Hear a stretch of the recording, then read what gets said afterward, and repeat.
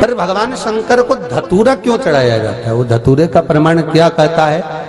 तो शिव महापुराण की कथा में रुद्र संहिता के अंतर्गत श्री महाराज अगर आप पढ़ेंगे तो उसमें व्याख्यान वर्णन मिलेगा कि मनुष्य के जीवन में प्रतिदिन असत्य बोलने में आता है।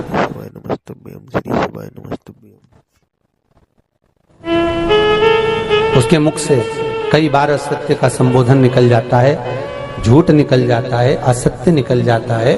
तो हमारे यहाँ शास्त्र कहता है सबसे पहला धतूरा भगवान शंकर को अगर किसी ने समर्पित करा था तो ब्रह्मदेव ने करा था महाराज। और उसका भी प्रमाण है कि हर चीज का प्रमाण होना चाहिए। देखो कि आखिर भगवान के मंदिर के पीछे क्यों नहीं प्रणाम करते, तो उसका भी प्रमाण होना चाहिए। कि कोई आपसे पूछे तो आप बता तो सकते हो, केवल कथा के माध्यम से नहीं, आप उसको बता सकते हो कि ये कारण है। आप चंदन चढ़ा रहे हो तो उसका कारण बताना पड़ेगा कि ये चंदन क्यों चढ़ाया। चावल चढ़ाया तो उसका कारण बताओ कि अग्नि पुराण में लिखा है कि अक्षत की महत्वता क्या है।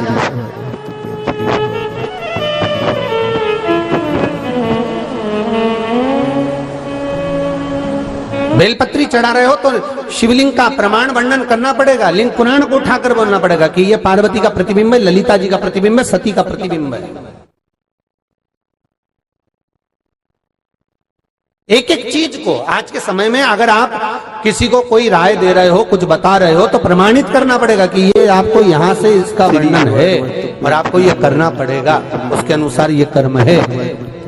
तो शंकर भगवान को सबसे पहला धतूरा भगवान ब्रह्मा ने चढ़ाया था। जिस समय भगवान ब्रह्मा का सिर कट चुका था, अभी आप आगे कथा सुनेंगे, ब्रह्मा का जब सिर कटेगा उसके बाद जब वो स्तुति करेंगे तो देखो भगवान शंकर को प्रसन्न करने के लिए धतूरा चढ़ाएंगे। शिव जी उनको कहते हैं ब्रह्मदेव ये धतूरा आपने मुझे चढ़ाया है।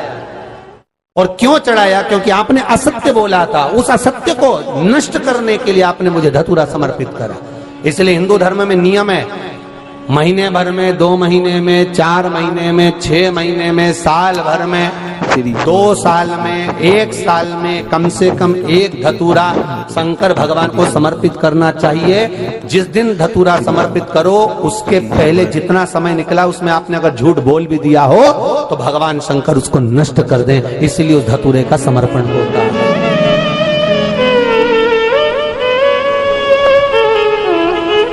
एक हमारे हिंदू धर्म में सबसे बड़ी बात है कि प्रायश्चित बहुत क्रम है महाराज। प्रायश्चितता का भाव बताया कि आप ऐसा करोगे उसके साथ ऐसा हो जाएगा, तो उसका प्रायश्चित ये है। आप कर सकते हो उसका प्रायश्चितता का भाव आप अमल कर सकते हैं, आप स्मरण कर सकते हैं।